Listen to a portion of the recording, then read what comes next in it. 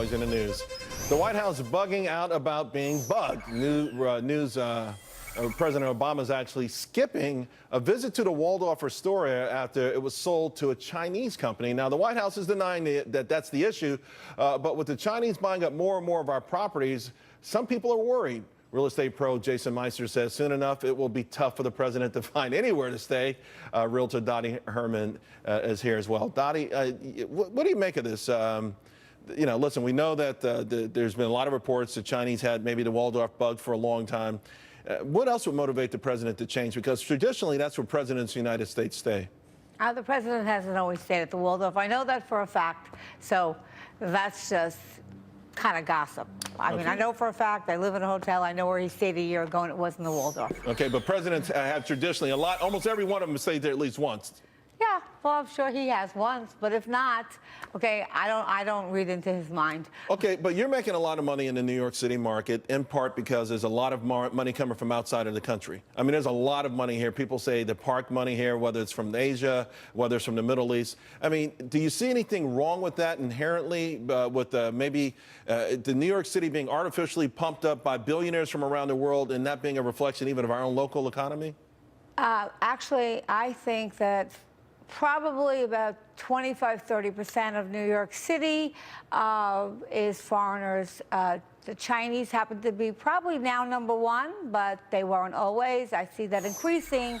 But I think that says a lot for New York City and some of the largest cities like LA and California, because they feel, and the biggest reason they're buying here is because of security. They feel their money is secure in the U.S., and I think that's a big plus. Well, there's no doubt, Jason, that a lot of them feel like their money's more secure with a $100 billion apartment on Central Park than in the Chinese bank, which could be taken over at any day. But do you feel like maybe there's something that we should be worried about here?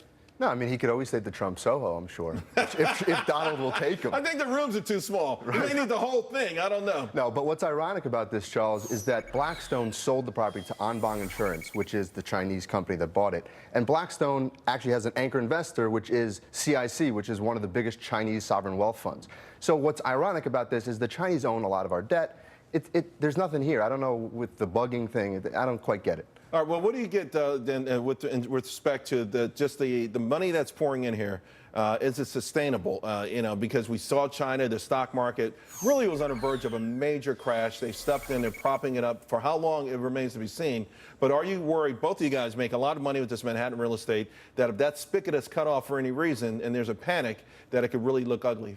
Sure. I think that there's a lot of money coming in from China, so I think that if we had a black swan event, like their real estate market. Their stock market was on a cusp of really falling apart. It was, but it's gone up. It went up like 80% or 100% in a year, and it went down 20%. That's not so bad.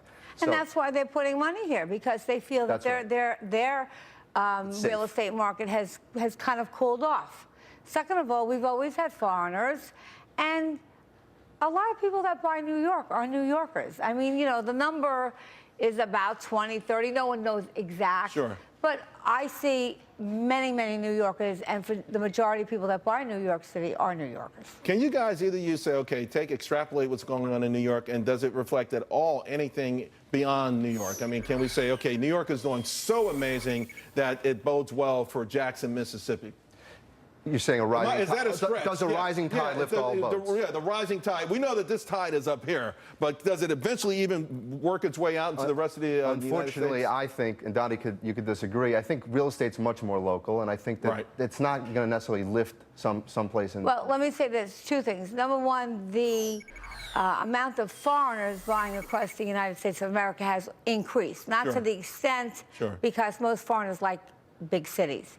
However, what I see is that as New York gets stronger and stronger and stronger, what benefits is all the cities, the suburbs around it. The tri-state area. All right, guys. Thank you very much. Really appreciate it. I don't know, you guys look so good. You're making a lot of money. Hey, NASDAQ hitting an all-time high. So if you're in there,